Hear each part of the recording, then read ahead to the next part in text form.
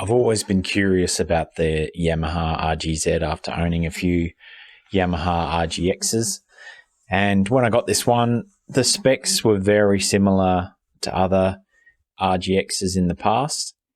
And that goes for the 25.5 inch scale length, the 13.75 inch fretboard radius. This one has a maple bolt-on neck with a 24 fret rosewood fretboard.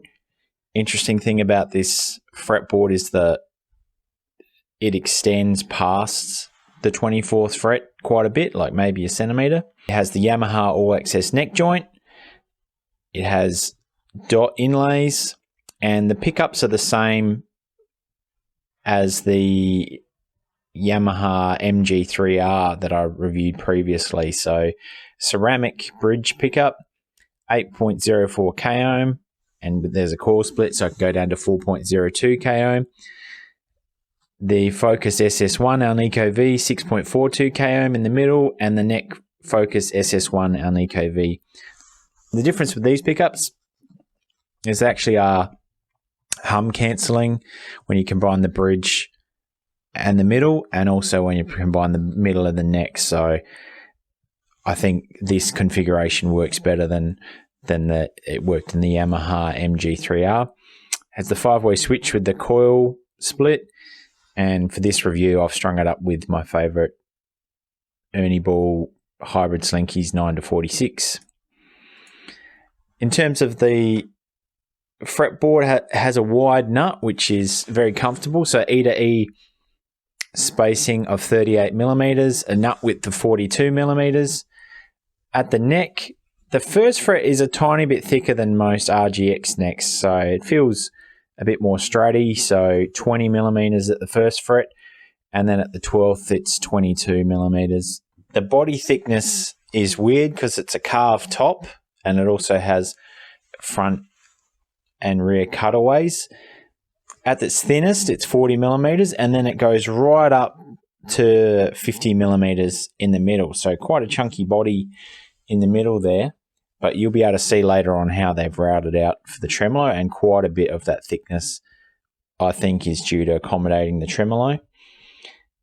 It has the Yamaha Rockin' Magic bridge, which has some interesting features and issues. We'll go through that. Tuners are the Goto SG381 non-locking. It has the YM50 5-way switch. Has a height adjustable locking nut, so in terms of getting the most and the best action out of it, there's quite a few options there. And this particular unit was made on the 15th of Feb 1988 and is unit number 34, and of course made in Japan.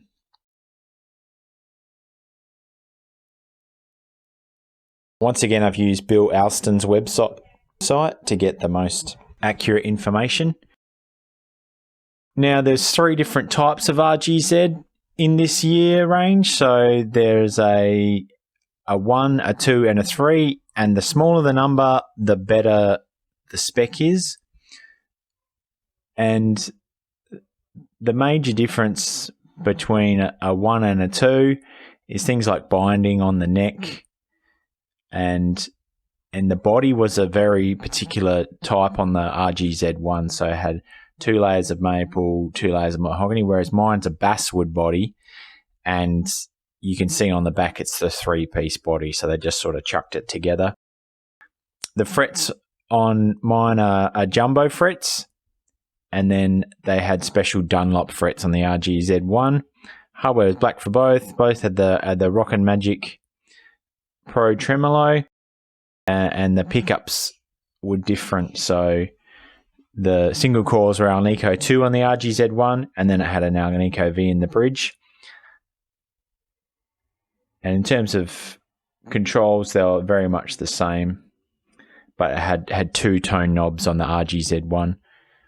And they had various colours, so the one that I've got came in black, pearl white, red, black, sunburst, champagne gold. I've seen purple, I've seen pink, I've seen lots of colours, so I think there were a few special edition colours along the way. And then the RGZ-3 was like the entry-level one, and I would argue you don't lose a lot going from the the 2 to the 3. It even has the coil tap standard on the RGZ-3.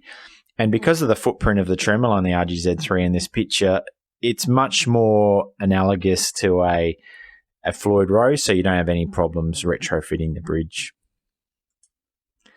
Here's a picture of an RGZ-1 in a blue burst up the top. You can see that I inlay at the 12th fret. That's always an easy way to tell, and just the binding on the fretboard. It's very reminiscent of the Cliff Burton bass I at the 12th fretboard. You can get them with a maple fretboard, which I love maple fretboard, so that'd be something I'd be looking for. And here's another picture of the RGZ-3. And you can see it's got these pickup rings, two screws on one side, one screw on the other. So if you do retrofit them, maybe you need to replace the pickup rings or re-screw your pickups. Now, there was an export series, so the RGZ I'm showing you today that was only available in Japan wasn't available overseas. The export series had an amazing spec.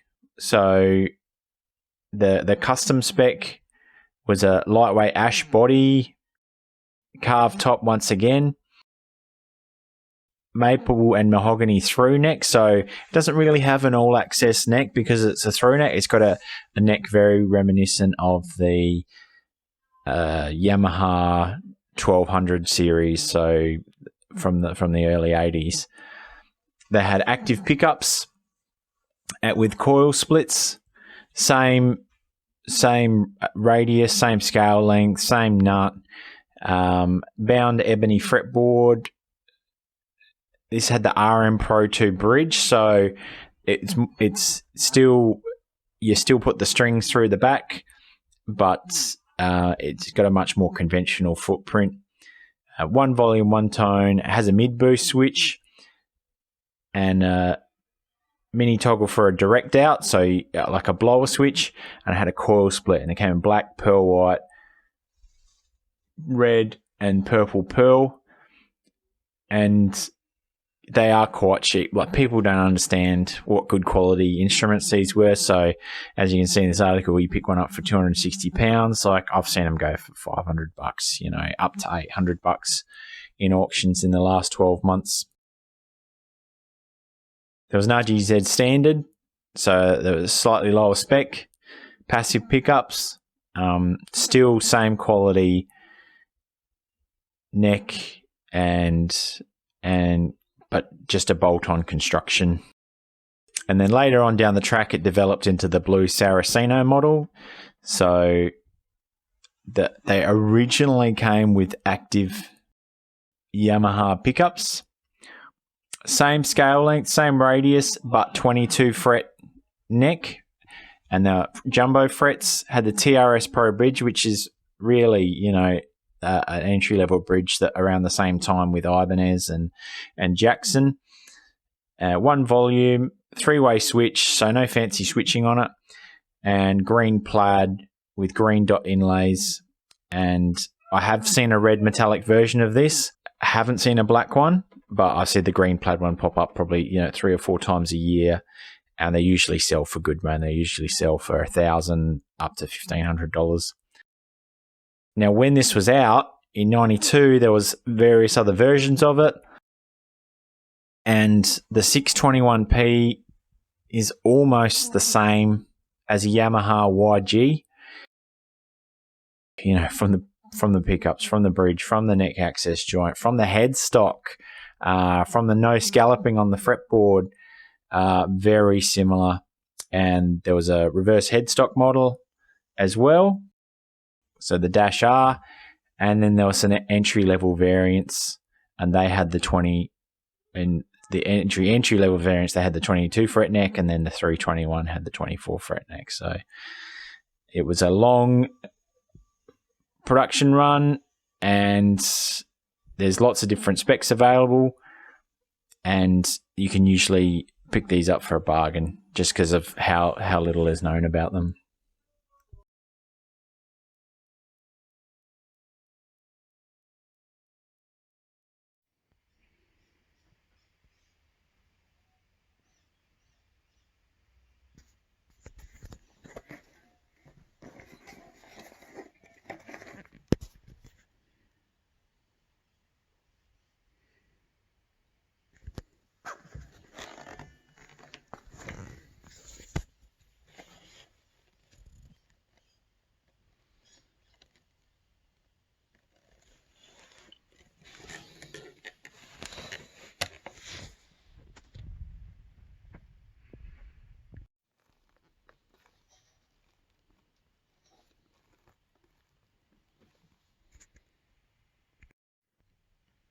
Here you can see the electronics in the back of the RGZ. No shielding on the back of the control cavity. Standard Yamaha wiring. You can see the YM50 standard 5-way switch. It's a shallow one, so probably a super switch is not going to fit in this cavity. And it has a coil split here on a single pole double throw switch. There you go. And there's no pop values on these, so who knows what they are. Looking at this bridge, you can see it's not even close to being level, and it was so far back before that I couldn't even pull up like a semitone, but now I've almost got it level. Should be like that. I can bend up like a lot more, so these two posts here have to go down a lot, and this post here is meant to give an idea of feel. I think it's like resistance or something, and I'm not sure which way to go on this one, so I'll just leave it as it is for now. This is the truss rod adjustment. It's quite far into the neck.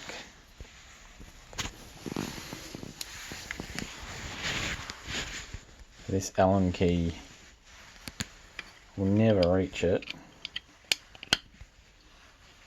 It does just. Then the other problem is where the hole is in the neck.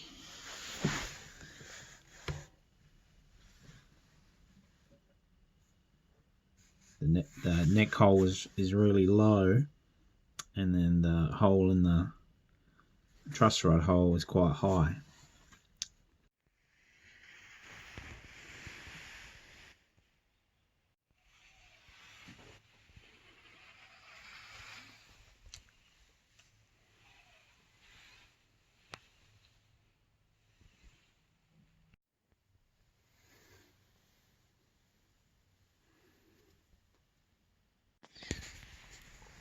So this is the bridge. I've tried to use it a few times and I've set it up so it's level. Now, when I dive bomb it, it doesn't come back to where it should be, even though there's enough tension on the springs.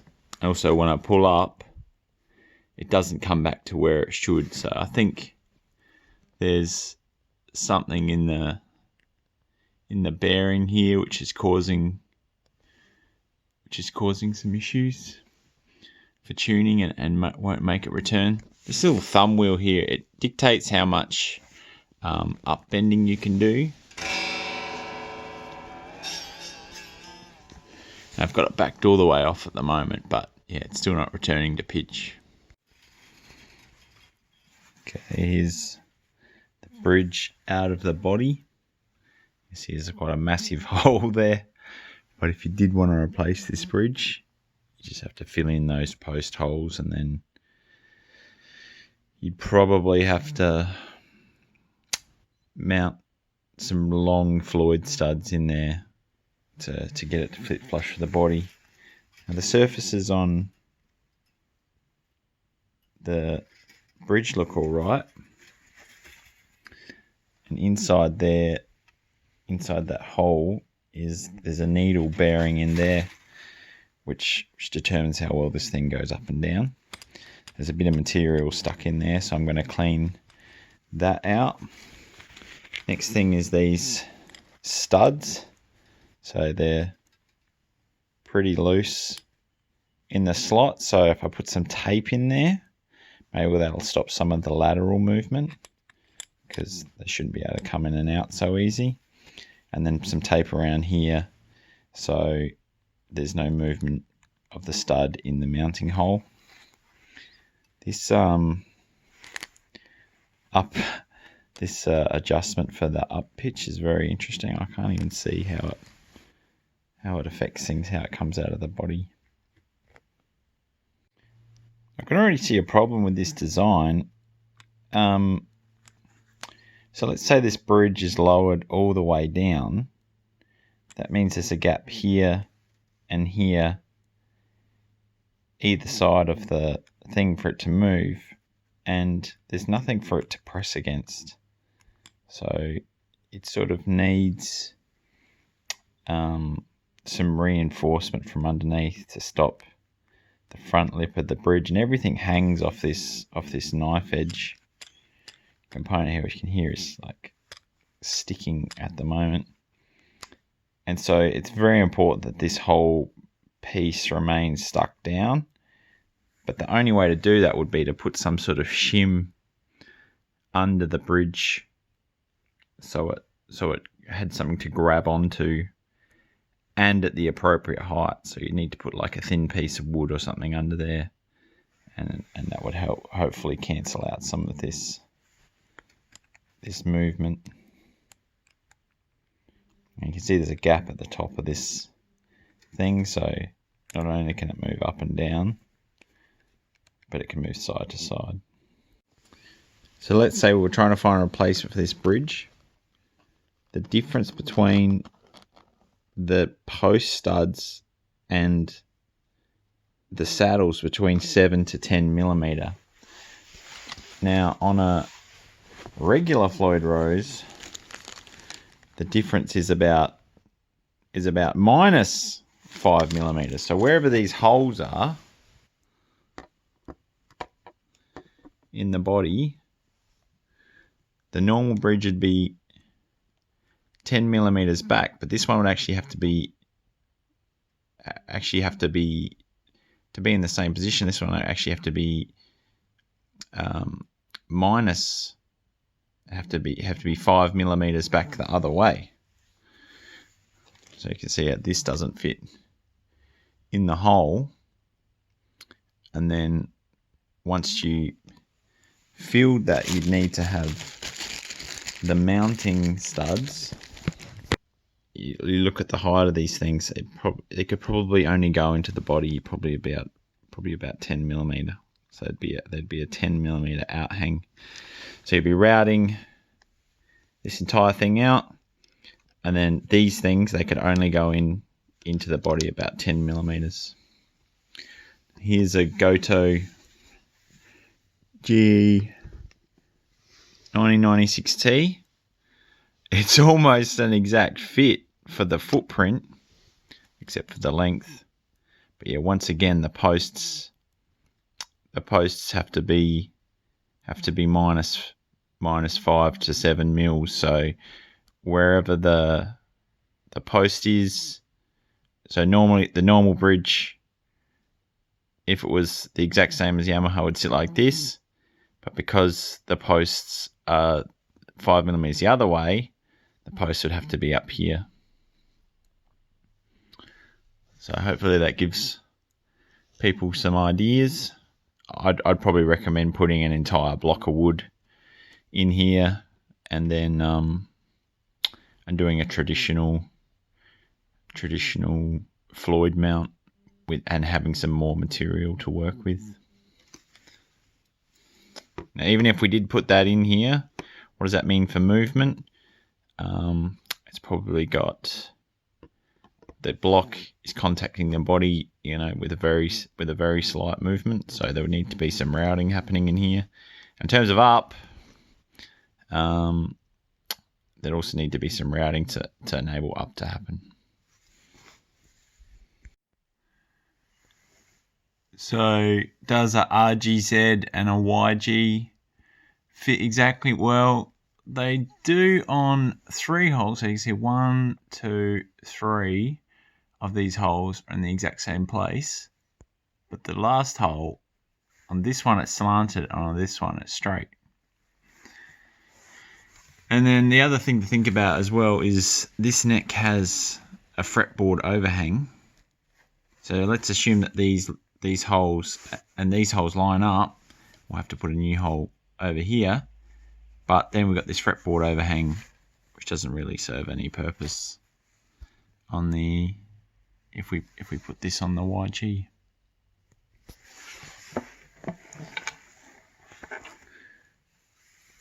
If you place the two bodies on top of each other, you can see how much further back the RGZ bridge mounting posts are from the YG ones. And I thought there was some issue between this